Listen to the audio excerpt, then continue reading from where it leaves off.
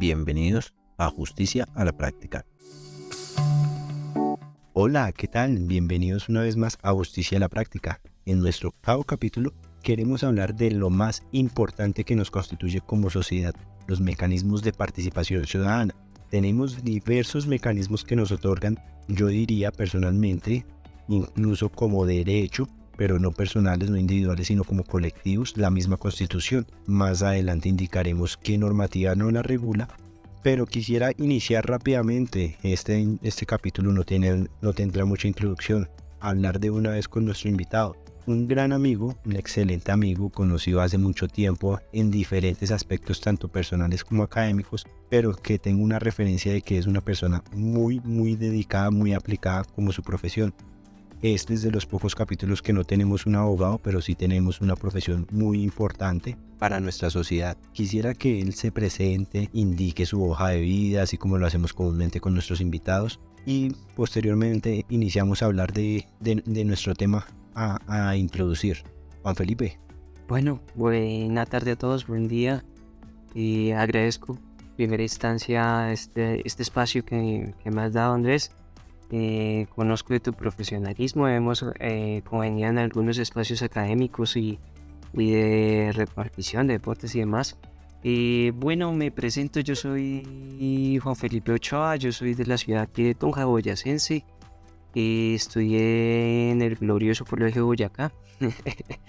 Igualmente ya después estudié Ciencias Políticas en la Universidad Nacional de Colombia. Allí estuve en un grupo de investigación, Cultura Jurídico-Política, Instituciones y Globalización, y estuvimos allí participando en observatorios de medios de comunicación, en investigaciones sobre temas de cultura jurídica mafiosa y digamos de cooptaciones del Estado, y ya después pude ganarme una beca para participar y hacer mi estudio de maestría en la Universidad de Salamanca, donde me gradué como máster en Democracia y Buen Gobierno.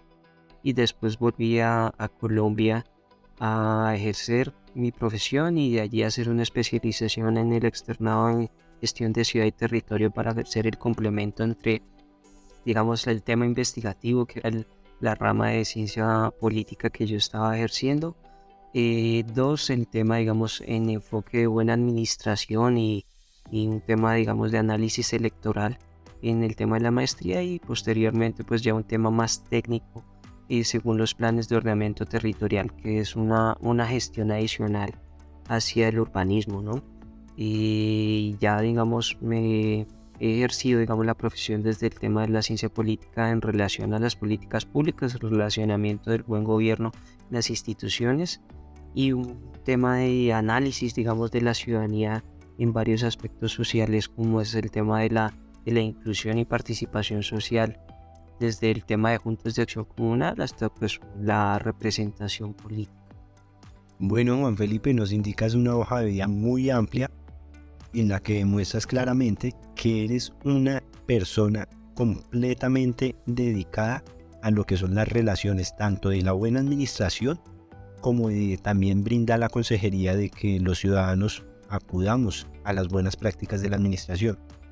Los mecanismos de participación ciudadana es una de esas herramientas que nos brinda la ley, la Constitución y la administración en sí, de cómo nosotros podemos exigirle al Estado que se respeten nuestros derechos, que se cumplan sus obligaciones de ellos como administración pública, y que en sí nosotros como sociedad tengamos el acceso y el control a lo que es el desarrollo de nuestro país, porque en última somos un país democrático, eso lo dice nuestra misma Constitución, y nos brindan estos espacios. ¿Qué podemos hablar de los mecanismos de participación ciudadana?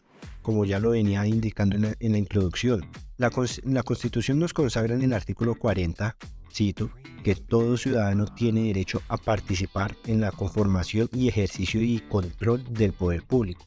Asimismo, en el artículo 103, nos indica que el Estado contribuirá a la organización, promoción y capacitaciones de las asociaciones profesionales, cívicas, sindicales, comunitarias, juveniles, benéficas o de utilidad común no gubernamentales, sin detrimento de su autonomía, con el objetivo de que constituyan mecanismos democráticos de representación de diferentes instancias de participación, concertación control y vigilancia de la gestión pública que se establezca.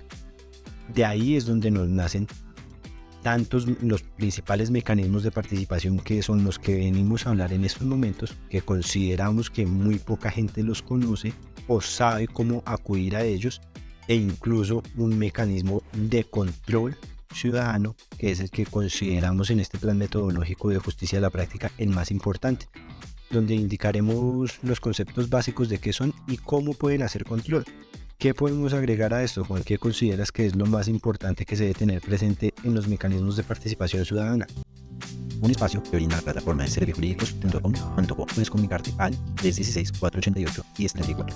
Bueno, en primera instancia hay que resaltar, digamos, que el principal tratado, digamos, de tejido social de construcción, pues es la Constitución Política, ¿no? Que es nuestra Carta Magna para determinar los derechos y deberes de todo ciudadano, ¿no? Y constituir, digamos, el sínodo de la identidad del colombiano y obviamente de su ejercicio. Dentro de esta pues ya hay un despliegue que era lo que tú comentabas acerca de que los mecanismos que debemos generar esa participación ciudadana, y en esto tenemos unas herramientas que nos faculta la ley, la 134 del 94 y la 1757 de 2015, como actualizado, digamos, de la misma, como unos instrumentos que cada uno de los ciudadanos, teniendo esos derechos y deberes dentro de la Constitución, ejerce ya para la vinculación de su opinión, ejercicio y práctica de su cosmovisión hacia incidir dentro de las instituciones del Estado. ¿A qué me refiero? Muchas veces cuando se construye el Estado-nación de cualquier país, de cualquier territorio dentro del mundo, pues ponen unos postulados, digamos, de la Constitución. Y cuando se crean las instituciones, a la final se suele separar con la ciudadanía. Estas herramientas lo que nos hace es vincularnos de nuevo con la institucionalidad para que esa opinión del ciudadano de a pie, por darle una denominación, sea tenida en cuenta y a la final genere esa participación, esa incidencia dentro de las instituciones. De allí, pues digamos, el Congreso de la República tuvo bien en el 94 generar esa legislación de los mecanismos de participación ciudadana para fomentar precisamente que la opinión tanto institucional como puede ser un plebiscito, que es desde la administración pública, desde el presidente de la República preguntándole a la ciudadanía su opinión referente a algún tema en específico, como asimismo viceversa, un proyecto de ley de construcción de una iniciativa popular que viene desde la ciudadanía y quiere decirle a las instituciones cuál es su opinión. Entonces son una herramienta de doble vía donde a la final las ideas de cada uno de los ciudadanos sea tenida en cuenta. Muchos y pues la mayoría, digamos, de los colombianos conocemos el principal ejercicio de la participación del Estado, que es el voto, que en realidad se llama voto programático porque nosotros votamos hacia programas que se hace una inscripción en la registraduría por cada uno de los candidatos. Estas como unas de las herramientas idóneas para la participación, pero existen otros mecanismos de participación que son válidos y que en mi sugerencia debíamos ejercerlo con mayor frecuencia. Qué bien, en esta introducción nos has hablado directamente de los principales, ya que queremos ir dándole esa importancia de que es un mecanismo o un medio o diferentes medios en los que el pueblo se vuelve a acercar a las decisiones institucionales o incluso participa en las decisiones institucionales. Vemos como primero el plebiscito. Como nos gusta traer ejemplos a estos capítulos, a estos programas para ser un poco más dinámicos y entendibles, hace poco tuvimos en el gobierno de Juan Manuel Santos la necesidad de participar en un plebiscito. ¿Con qué intención? Muy claramente lo indicaba Juan. Es la forma que llamaba el Ejecutivo, quien es el presidente de la República, la cabeza de este órgano, convoca al pueblo para darle el apoyo o un rechazo a determinada decisión que él está dando. En esta oportunidad, los acuerdos de paz con las FARC-EP. ¿Qué podemos hablar o ampliar del plebiscito? ¿Qué importancias principales le vemos al plebiscito, Juan? Bueno, la primera importancia es que acerca de nuevo al presidente, al ejecutivo, como tú decías, hacia la ciudadanía. ¿Por qué? Suele pasar que cuando nosotros normalmente, cotidianamente hablamos con las personas, nos dicen que los representantes, digamos, del Estado vienen solo cuando quieren el tema de la votación, que es un mecanismo de participación ciudadana.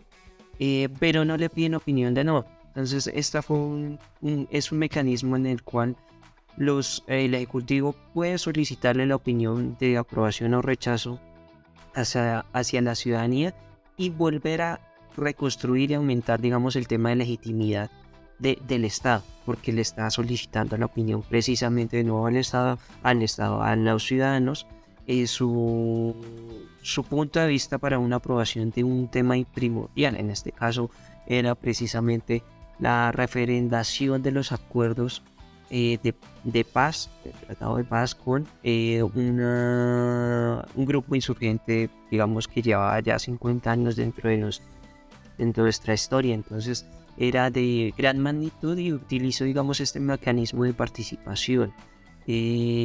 Básicamente es volver a generar un grado de legitimidad dentro de esa institucionalidad.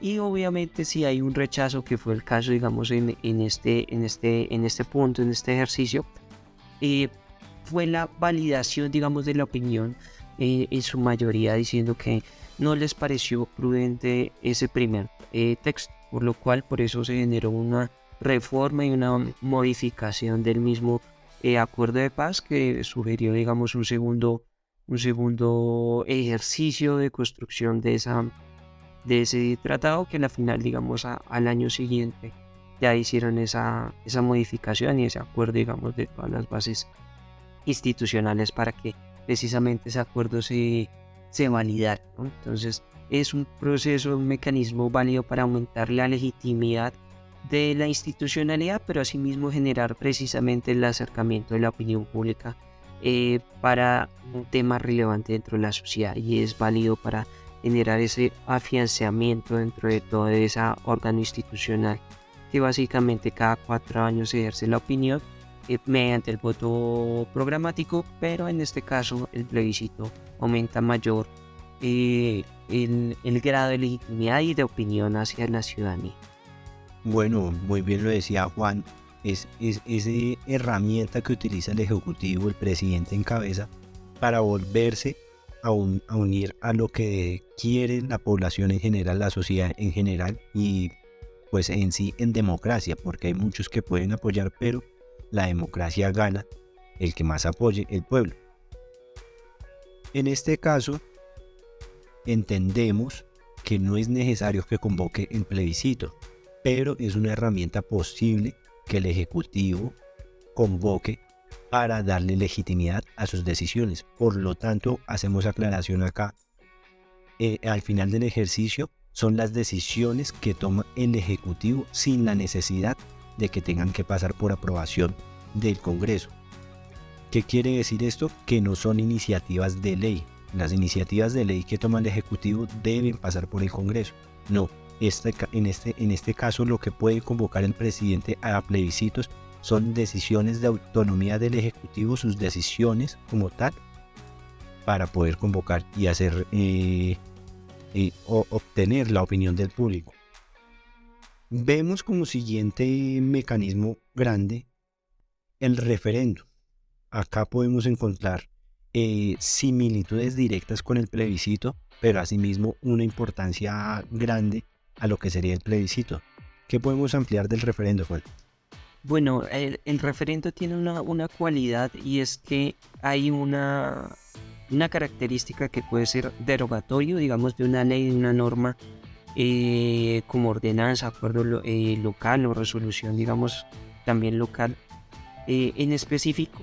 Sí, puede ser solicitado para derogar una ley en específico sobre un tema de impuestos. Bueno, depende de la magnitud de la explicación de ley. De hecho, recordemos que los impuestos los hace el Congreso de la República, por lo cual es la ley como tal, y no, digamos, una ordenanza que es de orden departamental, ¿no? Que es desde la Asamblea.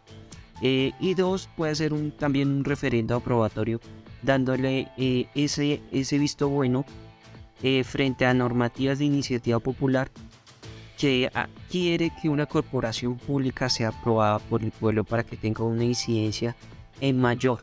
Y una característica del referendo es que sale desde la rama legislativa, como es el tema del Congreso de la República, para hacer esa aprobación hacia el pueblo. Si el plebiscito salía desde el Ejecutivo, el referendo viene desde el tema legislativo para hacer esa aprobación del mismo. Y se le da esa opinión para que la ciudadanía tome a bien ese tipo de paquetes, digamos, normativos o modificaciones que haya el ejercicio. Este mecanismo de participación ciudadana se usó hace ya mucho tiempo, de hecho más de 12 años, en el cual fue un pequeño ejercicio que se hizo cuando se hizo las elecciones legislativas del Congreso, y asimismo en el segundo periodo de Uribe, y en el cual él solicitó, digamos, una modificación de algunas normas ya presentes dentro del estatuto, digamos, de Colombia. Esta no tuvo, digamos, la implicación, el apoyo total de la ciudadanía, entonces se entendió que fue un rechazo hacia esas modificaciones porque no hubo la total participación de la ciudadanía. Hay un tema abismal, digamos, característico, y es que no suele aprobarse ciertos mecanismos de participación porque la mayoría de personas no participan del potencial electoral para ser votados dentro de la ciudadanía, no participan, ¿sí? Entonces, en este caso, el referendo debía pasar un 60% de ese potencial electoral y no lo obtuvo, por lo cual no tuvo esa aceptación de participación de este mecanismo que se pudo ejercer. ¿Qué otra característica tenga el referendo? Tiene una similitud con el plebiscito, y en su aprobación su estándar es a la modificación de leyes presentes. Este referendo no hace la construcción de una iniciativa de proyecto de ley. Entonces ya debe tener en sí una característica base, y es el tema de que existe una ley, existe, digamos, un status quo desarrollado dentro de la legislación, y a su vez es de amplio conocimiento, digamos, por la ciudadanía, para, digamos, ejercer igualmente su derogamiento o aprobación. Bueno, le podemos agregar acá, Juan, un tema muy importante que nos indica, y es el conocer los porcentajes de los umbrales electorales potenciales que debe tener cada mecanismo para decidir si nuestro voto es válido, si es necesario que nosotros vayamos a votar en pro de estas decisiones, o simplemente si por ciertas decisiones políticas no apoyamos lo que se está indicando en estos mecanismos que nos convocan, pues también es válido que no asistamos porque apoya nuestra decisión. En este caso, hay que también tener presente que el referendo necesita de ciertos comités promotores, el cual se deben inscribir ante la registraduría, y asimismo necesitan un comité de firmas, aparte del comité de promotores, que por lo menos alcance el 5% del umbral en el potencial electoral para que sea convocado. Mientras que la acción popular, solo una convocatoria del presidente. En otros mecanismos de participación ciudadana necesitamos ciertos porcentajes de umbral electoral para que por lo menos sea convocado y se diga hay cierto apoyo y cierta necesidad de la comunidad para que este mecanismo sea llamado a elecciones. Podemos continuar con uno muy similar, tiene ciertos aspectos similares a lo que es el referendo y son las consultas populares. Hace un tiempo ya más cercano tuvimos la participación de una consulta popular, la dichosa llamada consulta anticorrupción. ¿Qué características globales tiene la consulta popular? Que es muy similar entre lo que se entiende al referendo, pero que no la diferencia. Bueno, en este mecanismo de participación ciudadana hacen una amplitud, digamos, porque los asuntos de interés nacional los toman o hacen referencia desde el ciudadano, ¿sí? Mientras el plebiscito y el referendo sale su iniciativa desde la parte institucional, la consulta popular, su iniciativa sale precisamente desde la ciudadanía, desde el pueblo.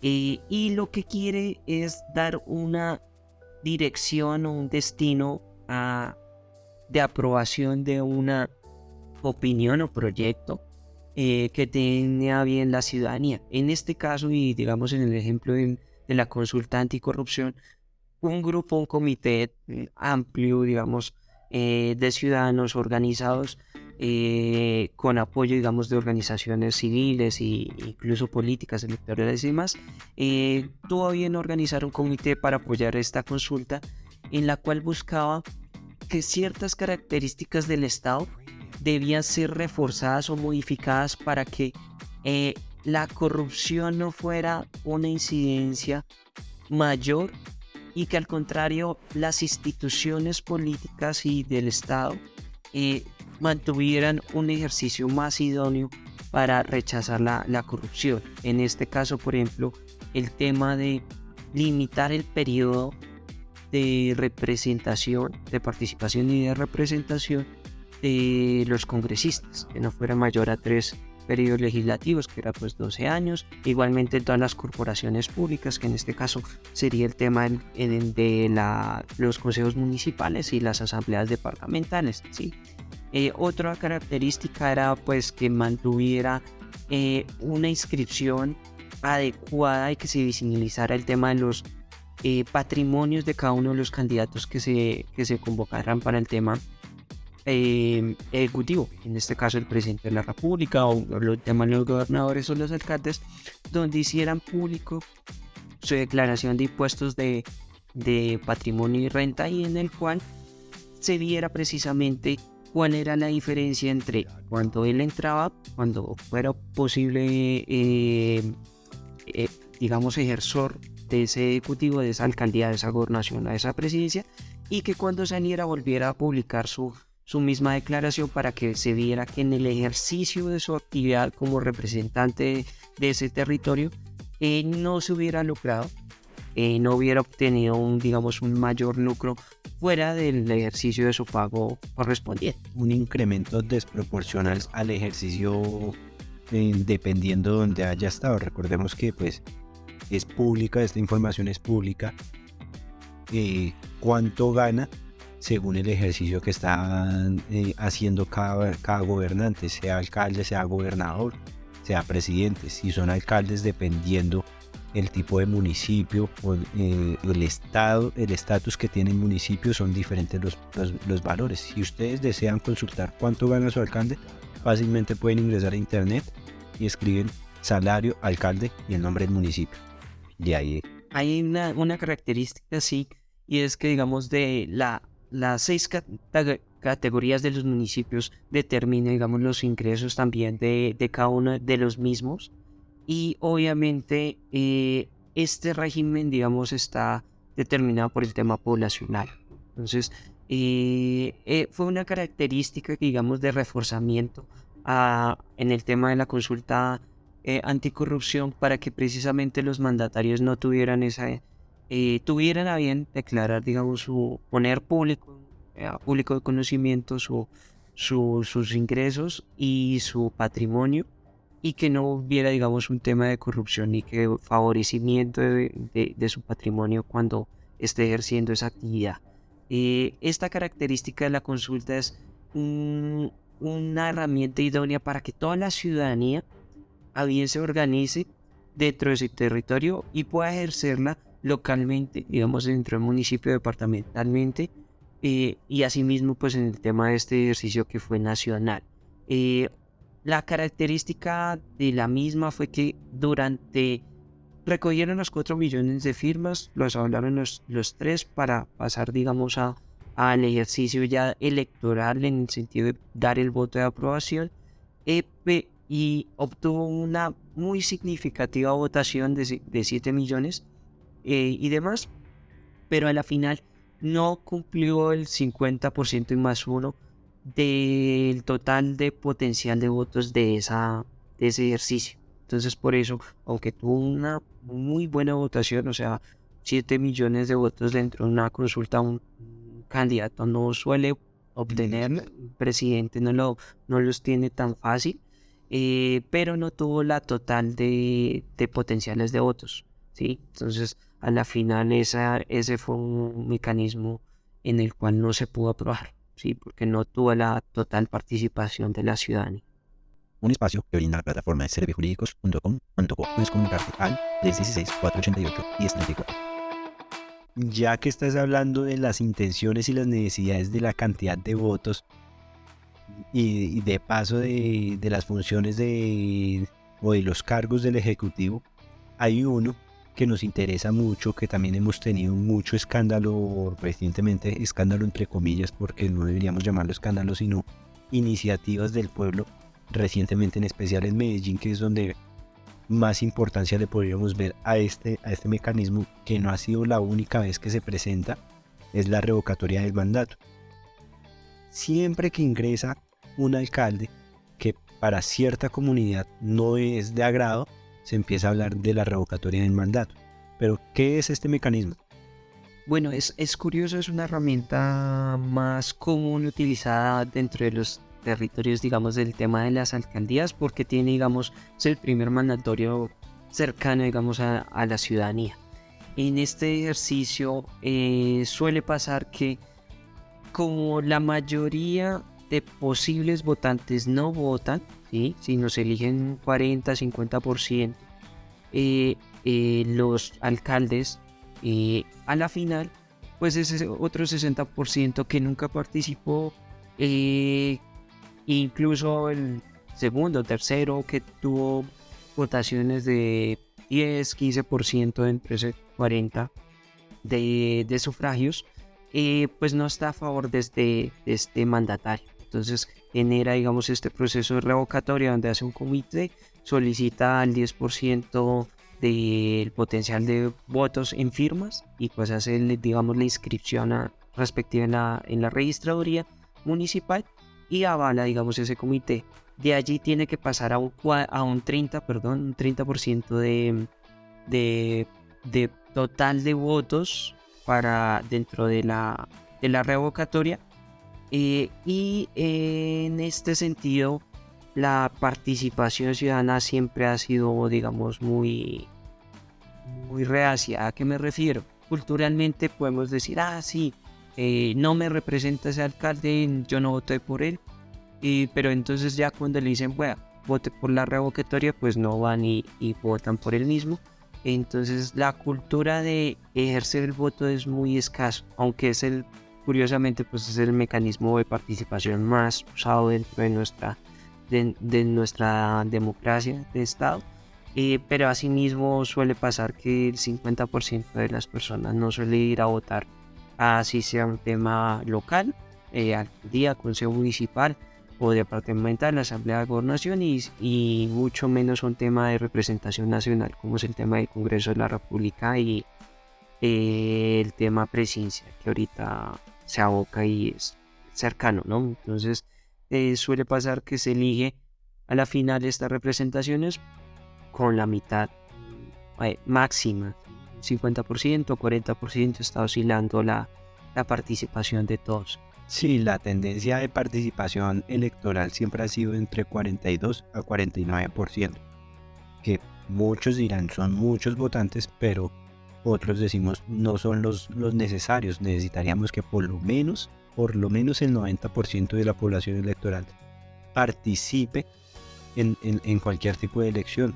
para que la democracia sea más limpia. Y estos son los casos en los que vemos el por qué es la necesidad del voto. Vea, si usted no se siente representado por alguien que quedó elegido, pues busque los mecanismos de participar y exprese su voto. No es válido solo expresarse a través de redes sociales, como lo que vimos y lo tendremos presente en otros capítulos, la participación de los jóvenes en los consejos juveniles. Esta es la importancia de que queden y demuestren realmente, principalmente mediante el voto, antes incluso que sus publicaciones en Facebook o en Twitter. El voto tiene más valor que esas opiniones en redes sociales. Es un punto muy importante y es el ejercicio de la participación. Y cuando se genera, digamos, los procesos de acción colectiva en los paros, la mayoría de jóvenes están allí, pero cuando se les pide, digamos, la participación hacia un tema de representación, y es entendible, digamos, esa reticencia a participar porque no se sienten representados, precisamente deben generar esa participación y generar esa representación de sus ideales, para que efectivamente sea cambiado esa opinión. Si yo solo salgo a la marcha y bloqueo, digamos, cierta vía y demás, pero en la final no ejerzo mi voto o no doy mi opinión diciéndole a posible candidato o apoyando a algún candidato de una visión similar a la mía, a la final pues no estoy ejerciendo esa actividad que yo hice en la representación de la marcha. ¿Sí? Sé que es un mecanismo digamos de autónomo y una acción colectiva muy válida dentro de la sociedad, pero si nosotros no la generamos hacia una representación institucional, pues a la final las instituciones no van a tener en cuenta esa opinión. Y el tema de la revocatoria de mandato, aunque es un muy buen proceso y se debe mantener, digamos, el primer año de todo ejercicio electoral de representación de una alcaldía, gobernación o presidencial,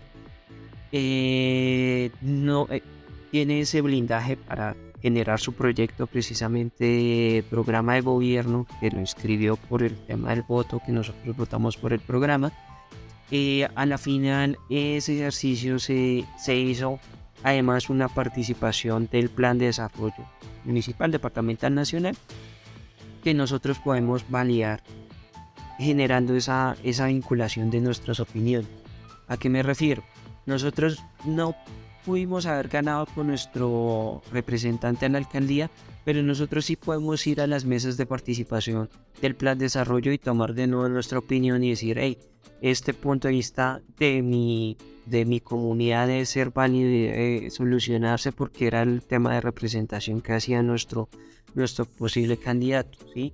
Si ya no se tuvo en cuenta tampoco en el plan de desarrollo, pues ya utilizar el mecanismo de revocatoria de mandato, dando, digamos, la solicitud además que aunque se revoque el mandatario, también debo solicitar que se den una representación de esa nueva persona que está allí, si se ejerce en la final, que sea válida, porque muchas veces pasa de que a la final se genera esa revocatoria en ese municipio, que puede ser muy pequeño, y se reemplaza por alguien mismo de la misma línea, porque esa es la del partido, ¿sí? Sí, esa es la tendencia. Esa es la tendencia, ¿sí? Entonces la cosmovisión que yo quería generar de revocarlo a la final no se hizo, ¿sí? Y la otra solicitud que se puede hacer es que si el mismo partido, digamos municipalmente, no hace ese reemplazo, el gobernador es el encargado, digamos, de ejercer ese reemplazo. Entonces allí podría haber una diferencia, y es que en la gobernación sí hay un respaldo hacia los municipios mediante un tema de recursos, de articulación, porque está, digamos, más y tiene mayor incidencia frente a si fuera el municipio con la nación. Entonces allí sí hay una buena representación hacia el tema de la gobernación. ¿Cuál es la reflexión? Que al final, cuando hagamos una acción previa en la reflexión de nuestro voto programático, verifiquemos los programas de gobierno que ellas hacen en su inscripción y de sus propuestas, para que cuando lleguen a la alcaldía nosotros hagamos exigible ese programa de gobierno, diciéndole, hey, si usted no han ido estas propuestas, de generarlas y hacerlas en el plan de desarrollo.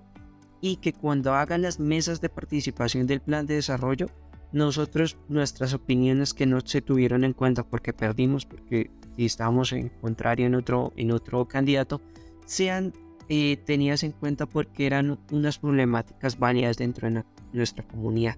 Ya sería, digamos, una segunda instancia. Y ya por tercera instancia, ya pasado el año, ahí sí utilizar el mecanismo de participación ciudadana referente a la revocatoria de mandato.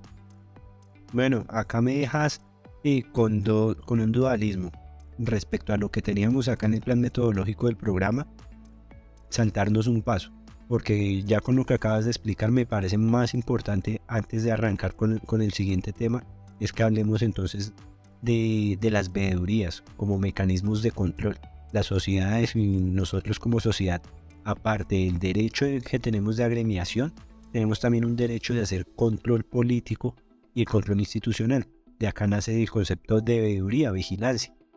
No solo lo tienen los ministerios públicos, esa obligación de vigilancia, sino también nosotros como sociedad. ¿Cómo constituimos una veeduría y cuál es el ejercicio primordial de una veeduría? Dale, listo. Bueno, la veeduría es un primo hermano, por decirlo así, de los mecanismos de participación ciudadana, porque lo que ejerce es la vigilancia en los recursos públicos de toda la nación, o el departamento, o el municipio, en específico un proyecto determinado. Si es un tema de aguas, en un tema de un acueducto, o la construcción de una vía, en un tema de infraestructura, o un tema social específico, un tema del programa, por ejemplo, de alimentación escolar, con el tema de los colegios, las instituciones educativas. Entonces, lo que hace ese comité es una inscripción de firmas en la cual ejerce el derecho de control adicional desde la parte de la ciudadanía. ¿Por qué control adicional y a qué me refiero? Se supone no. Dentro de la ley está, digamos, unos controles hacia los proyectos que se ejercen dentro del Estado. Entonces, en primera instancia está, digamos, el contrato de ejecución de ese programa o proyecto. Tiene un supervisor dentro de esa entidad, sea la alcaldía, sea la gobernación, sea la nación, los ministerios, ¿sí? Dos, de allí viene, digamos, un control adicional con las entidades de control denominadas, digamos, Contraloría, Procuraduría, municipales, departamentales o, digamos, su territorialidad adscrita. Y obviamente hay también la auditoría cuando hace ese control de esas instituciones de control, perdón la tanta redundancia ahí.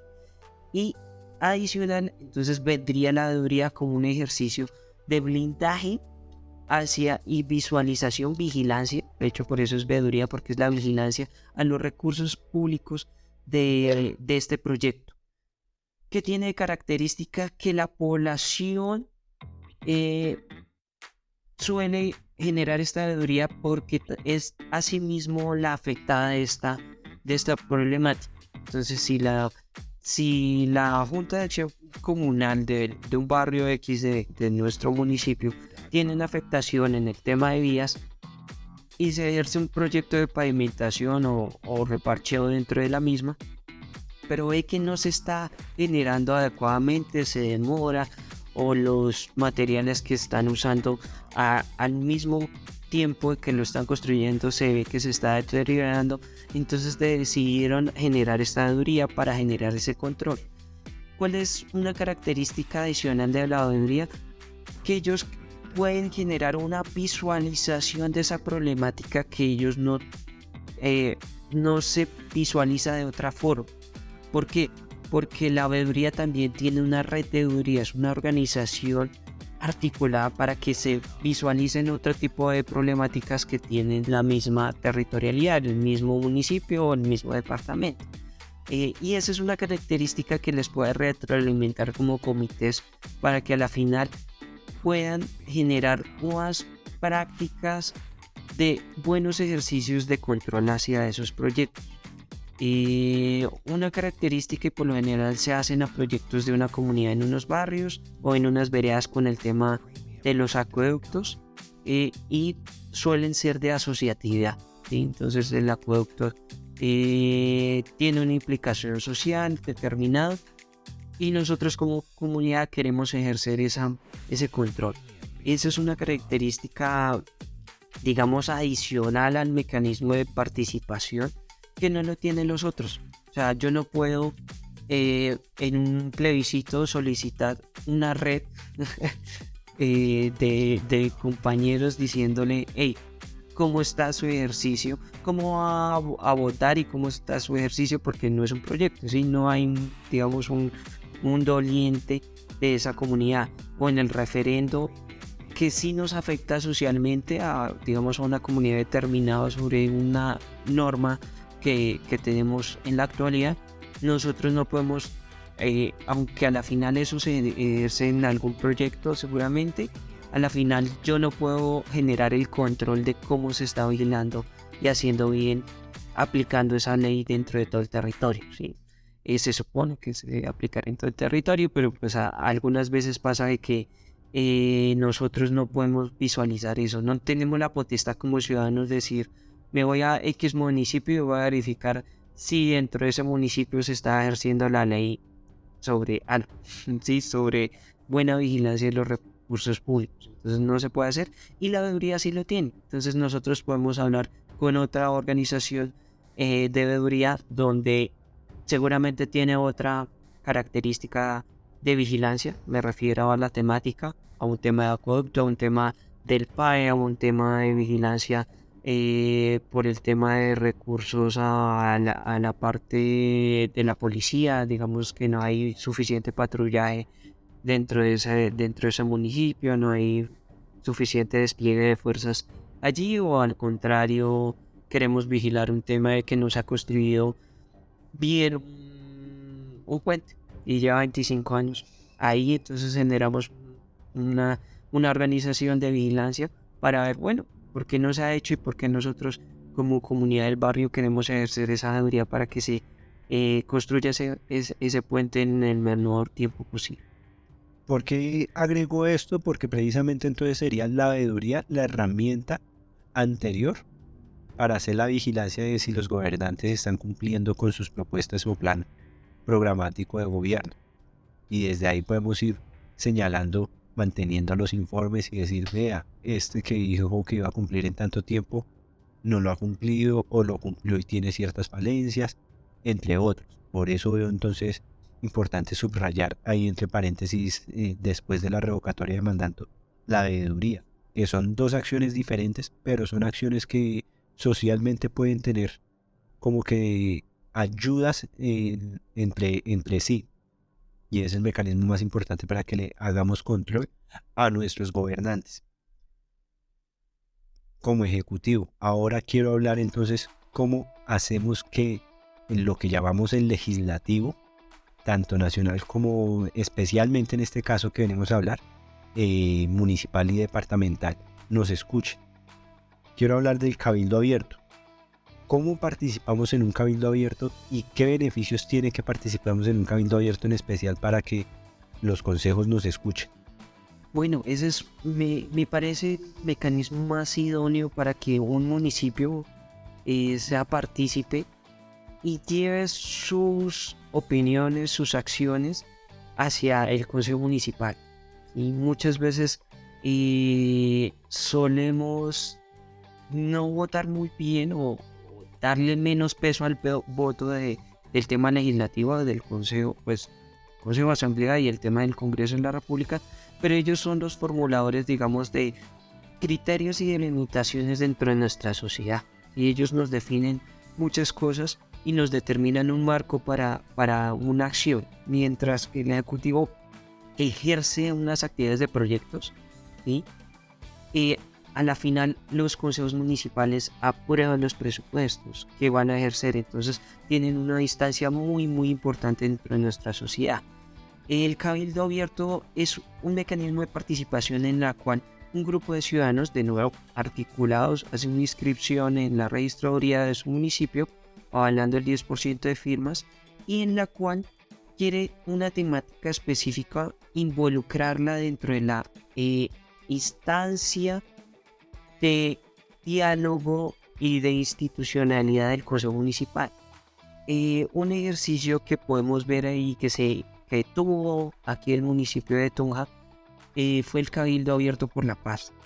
En el 2016-2017 desarrolló el primer ejercicio de recolección de firmas, fue avalado y a la final la ventaja es que no tiene una incidencia de votación. O sea, cuando ya se registra y se aprueba la solicitud dentro de la registraduría y ellos avalan el número de firmas, la registraduría solicita el espacio dentro del municipio, ¿sí?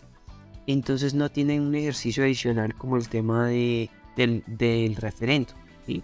O el tema del mecanismo de participación del plebiscito o la veeduría, que digamos es una instancia más de vigilancia. ¿Qué hace la característica del Cabildo Abierto por la Paz o qué se hizo como comité? Se organizó que las características y las políticas que se desarrollen dentro del municipio tengan una incidencia de la paz dentro de las características y políticas del municipio. ¿Por qué?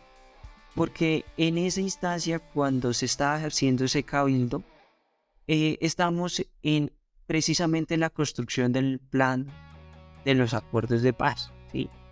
Y como sociedad civil acá de la comunidad de Tunja, muchos se dieron cuenta que dentro de la alcaldía y dentro del consejo municipal no se estaba tocando ese tema, ¿sí? No se estaba analizando la problemática de los conflictos internos.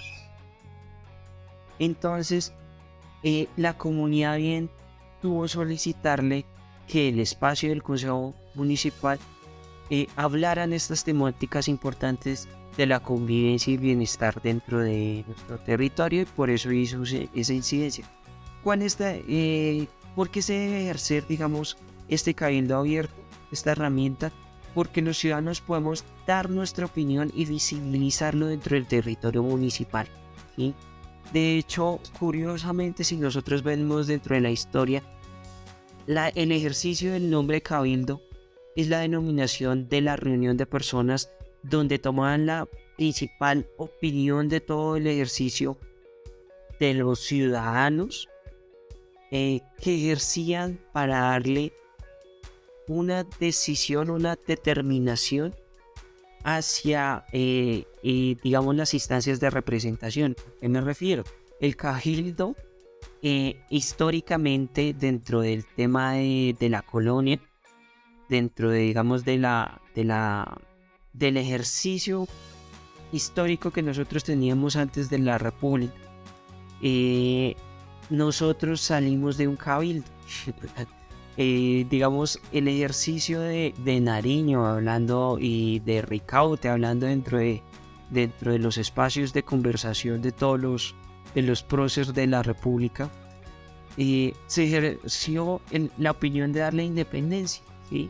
Digamos, la historia de la patria boba en 1810, el ejercicio de construcción de ejercicio político y de poder se hizo en los cabildos. Y por eso es un determinante histórico en el cual nosotros debemos volver a tomarlo como herramienta, ¿sí?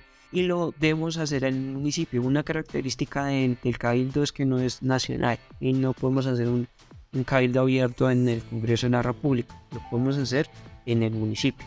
Entonces nosotros podemos categorizarlo a que las opiniones de nuestro territorio son ejercidas para dar esa incidencia de transformación y de dar visibilización a esa temática dentro de nuestro territorio. Entonces, si hay un tema de falta de agua, ¿sí? Y ya hicimos el control, digamos, del ejercicio programático en el voto, 2, del tema del ejercicio del plan de desarrollo, 3, del ejercicio de la veeduría ciudadana dentro de los proyectos específicos en infraestructura, acueductos y demás relevantes. A la final ejercimos un tema de control nosotros podemos tener esa herramienta, ese ejercicio de cabildo abierto para que el control político a la administración pública, que son los concejales, ejerza una mayor incidencia hacia la alcaldía para controlar y visibilizar esa problemática en específica, en este caso que yo estoy hablando del agua.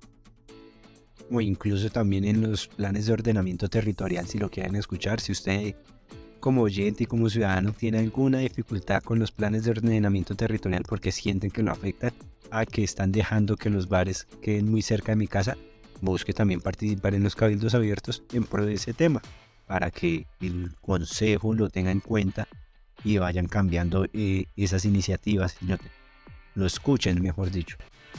Un espacio que brinda la plataforma de servijurídicos.com.co. Puedes comunicarte al 316-488-1034. Finalmente, entre los mecanismos de participación ciudadana más importantes que vemos, no quiero dejar por fuera ni siquiera las juntas de acción comunal, ni las asambleas de copropietarios en los conjuntos, porque también son mecanismos de participación, todo eso. Hablemos de las iniciativas populares legislativas.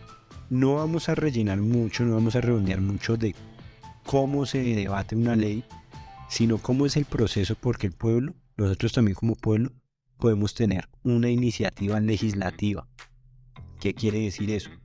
Nos organizamos, incluso lo diré acá, ya que no se ha legislado realmente en temas del aborto. Nos organizamos como pueblo, cumplimos los requisitos y llevamos nuestra propuesta de ley para que se tenga presente también lo que nosotros decimos como pueblo de hey, queremos que esto también sea legal, entre paréntesis, o tenga ciertas limitaciones. ¿Cómo arrancan las iniciativas populares legislativas? Bueno, este interesante mecanismo de participación ciudadana nos da la herramienta de formular las leyes, las normas que nos determinan como sociedad, ¿sí? Esta facultad la tiene precisamente los representantes a la Cámara y los senadores, que en su ejercicio hacen precisamente la construcción de los proyectos de ley.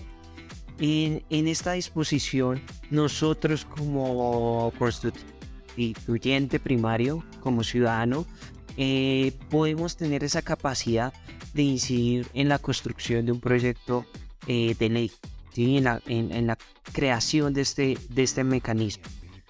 Obviamente pues pasa por unos criterios de índole institucional, de nuevo constituyendo un comité promotor, el cual debe la inscripción o formalización en la registraduría, y a su vez debe tener en cuenta el tema de potencial de votos posibles para la aprobación, digamos, del respaldo mediante firma. ¿Cuál es la característica de esto? De que nosotros como ciudadanos podríamos ir al Congreso de la República y decirle a nuestros congresistas, nosotros vamos a radicar este proyecto con el objetivo de que modifique cierta norma y a la final nosotros podamos a su vez dar esa incidencia para la transformación, porque no se ha hecho, como bien ha dicho Andrés, por ejemplo en el tema del aborto, aunque ya hay unos determinantes de una rama del Estado, no hay un tema legislativo como tal, y seguramente se pueden demorar por la característica de esa temática, votar el aborto, o por ejemplo la construcción de un tema de vigencias fiscales, una reforma pensional y demás, que tiene una implicación tan amplia y digamos dentro de toda la sociedad, y como el Congreso de la República está constituido por bancadas, por temáticas digamos de orientación de izquierda, centro, derecha y demás, a la final no se ponen de acuerdo. Entonces nosotros como iniciativa de ciudadanos, de primarios, podemos radicar ese proyecto para que vean que desde la opinión pública se quiere generar esa modificación, ¿sí? Que los representantes nuestros, en este caso los congresistas, vean que sí es importante hacer esa legislación dentro de nuestro marco nacional. Entonces es una característica muy buena que nosotros podríamos desarrollarlo. Obviamente pues ya viene un capítulo adicional y es el tema de cómo se tramitaría, ¿sí? Porque tiene, digamos, unas características internas y pues que yo, digamos, no lo voy a tocar. Claramente, como lo dice Juan, tenemos un capítulo dedicado única y exclusivamente más adelante a cómo funciona el Congreso y cómo se debaten las leyes dentro del Congreso. Entre eso le daremos continuidad a la importancia de lo que son las iniciativas populares legislativas, de cómo tendrían que también ir a defender lo que consideran como pueblo importante que se legisle.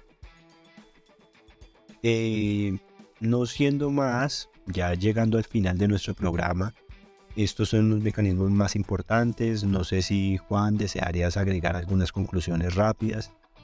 Sí.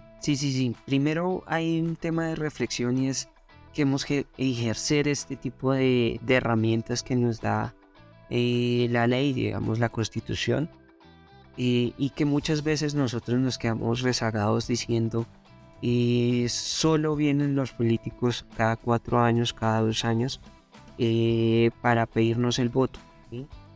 Yo entiendo esa temática, es muy desconcertante, digamos, dentro de una comunidad de territorio, pero sí debemos además generar nuevas representaciones para que precisamente el voto programático se ejerza. 2, utilizar los mecanismos digamos, articuladamente, como es el tema de la veeduría, como es el tema del cabildo abierto, como es el tema de la consulta popular, y obviamente hacer esa solicitud de instancias institucionales como el tema del plebiscito y el tema del referendo, para que se ejerza dentro de toda nuestra posibilidad que tenemos como herramientas dentro de la construcción de Estado-Nación. Una reflexión adicional, y es el tema de los jóvenes, la básica y clásica determinante que si ustedes jóvenes no participan y no toman la frase Garzón, estamos condenados, digamos, a repetir la historia. Y si nosotros como jóvenes, el total, ¿sí? No participamos, pues nosotros no tomamos las decisiones, ¿sí? Y a la final pues seríamos esclavos de esas decisiones que la minoría, el 40%, el 50%, por dar un rango, las determina. Pero si toda la sociedad participáramos de todos los mecanismos, a la final generaríamos mayor incidencia dentro del Estado. ¿Y por qué lo digo en referencia a los jóvenes? En el tema de los MJ, de los consejos municipales de juventud, básicamente el 30% del total de votos, que eran jóvenes porque era de 16 a 28 y era, digamos, determinado ya por la edad, no participó. O sea, solo participó un 30%, el otro 70% no estuvo. Entonces es un rango muy grande donde la exigencia es, bueno, si nosotros pedimos un tema de salir a las calles, de ir, salieron muchos jóvenes, pero al final no votamos, pues estamos en las mismas, ¿sí? Entonces también... Y era un tema de representación a los mismos jóvenes, porque el Consejo Municipal es consultivo, ¿sí? Hace la determinación y el control a recursos públicos de los jóvenes, que son los programas que ejerce las alcaldías, ¿sí? ¿Qué está pasando en la plataforma? ¿Cuál es la semana de juventud que sale en tema de noviembre? ¿Cuáles son los determinantes para un análisis del tema de los colegios en los programas educativos o el tema del deporte, que son básicamente 2 instancias o programas base que nosotros hacemos como jóvenes? E igualmente pues el ejercicio y la problemática principal que aboca a los jóvenes, que es el tema del desempleo. Entonces nosotros, ¿por qué? Si nosotros tenemos esa circunstancia en la cual salimos de estudiar del colegio de la universidad, y a la final vemos que estamos en desempleo y somos el mayor rango, pero nosotros no ejercemos esa representación hacia los consejos municipales, e igualmente al consejo municipal, a los alcaldes y demás, pues nosotros no estamos participando y tratando de solucionar esa problemática que nos aqueja a nosotros mismos, ¿sí? Y es que acá no me dejarás mentir, ya que tu trabajo precisamente se enfoca más en vigilar cómo van las votaciones del país. Así como pasó en los consejos municipales de juventudes, uno ve la misma tendencia en las demás elecciones. Los jóvenes es la población que menos participa y encuentra los mismos números, aparte de que en las demás votaciones no superamos el 60%, porque siempre nos quedamos entre un 42-49%, muy rara vez en algún municipio votan más del 50%. Vemos que los jóvenes, quiere decir, nuestra ley dice que jóvenes son menores de 28 años, son los que menos participan, y ese fue el vivo ejemplo y lo que más llamó la atención o visibilizó esta problemática. La juventud es la que menos está participando en cualquier tipo de control político que inicia desde la votación programática, como ya lo indicabas, que es el nombre correcto de las elecciones de nuestros candidatos. Sí, entonces esa es la reflexión a la final. Nosotros como jóvenes deberíamos participar más. Dos, ejercer esos mecanismos de participación ciudadana en todas sus instancias. Y tres, transformar, digamos, en el sentido de que si nosotros no tenemos esas capacidades, obviamente el tema de la educación. Una reflexión adicional en el tema de las elecciones de CMJ, el 10% de ese 30% fueron votos nulos, porque no sabíamos leer, y me incluyo porque creo que soy todavía joven. Votaron en las tres casillas. Había una subdivisión, una característica adicional que tenía el CMJ era que una subdivisión en el tema de que yo elegía a un representante independiente de organización formal o por partido político, que era 40 y 30%. Esto está dentro del Estatuto de Ciudadanía Juvenil. Y a la final, los jóvenes, el 10% de los que votaron, no leyeron bien el tarjetón o no sabían en la práctica que solo se podía votar por uno de esos tres, o era por representación independiente o por organización formal, que es una ONG de jóvenes y demás, o un partido político donde había la representación de jóvenes. Entonces, si nosotros no leemos básicamente bien las cosas, no nos apropiamos en ese ejercicio de educación, pues a la final vamos a ejercerlo mal, aunque lo ejerciera, ¿sí? Entonces es también la reflexión a que nos capacitemos en todos los sentidos, y obviamente si nosotros hacemos un tema de ejercicio ciudadano, nos va a tener una recompensa social, porque nosotros al tener esa sabiduría en solucionar la problemática de nuestra comunidad, va a tener ese impacto dentro de la comunidad, y nosotros obviamente nos venimos beneficiados porque a la final la problemática que nos aquejaba fue solucionada, superada. Bueno, y ya para despedirnos, cabe recordarle a nuestros oyentes que si quieren comprender más cómo funcionan los consejos municipales de juventudes, los CMJ, en un siguiente capítulo, en próximos capítulos también tenemos invitados precisamente que nos explicarán cómo funcionan, cuáles son sus compromisos con la sociedad, qué les podemos exigir, qué hacen, a qué se dedican, entre otras cosas. No siendo más, agradecemos a Juan Felipe por haber venido a explicarnos algo que en Justicia a la Práctica consideramos muy importante, muy necesario que la población entienda, comprenda y generar esa educación política, tanto jurídica como política, de elementos que nos acercan más, como ya lo venimos diciendo desde capítulos anteriores, al ejercicio del sentimiento de lo que consideramos que debe ser justicia. Si hacemos uso de estas herramientas, comenzamos a acabar con ciertas tendencias o prácticas que vemos que son no solo injustas como nosotros como sociedad o como lo que entendemos como justicia, sino realmente van en contravía de lo que dice la norma que debe ser justo. Recordemos en nuestro primer capítulo. Pues muchas gracias, Juan Felipe, por habernos acompañado en este espacio. No sé si quisieras dar tus redes de contacto en pro a los ejercicios que haces, a tus trabajos como lo que llamamos ahora freelance, tanto en consejería política. Vale, sí, vale la cuña, muchas gracias. Pueden encontrarme como Juan Ochoa Politólogo, Facebook, Instagram, TikTok, ahora en las redes, y Twitter Ochoa Politólogo. Allí suelo postear, digamos, temas de opinión, análisis, replico, digamos, algunas informaciones del tema sobre todo territorial, aquí departamental y municipal. Y obviamente pues apoyar y presto, digamos, el tema de asesorías en consulta política de planes de ordenamiento territorial, de tema de política pública y a su vez el tema de buen gobierno. Eso quiere decir que entonces te incluso puede apoyar alguna veeduría que necesite verificar cómo son los procesos de buen gobierno, por ejemplo.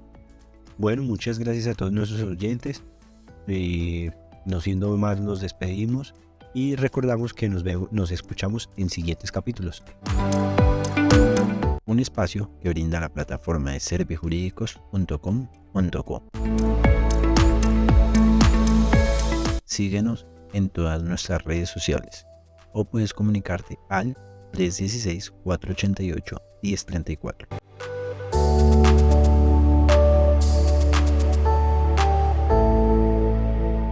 No olvides compartir nuestro contenido, así podrá llegar a muchos más oyentes.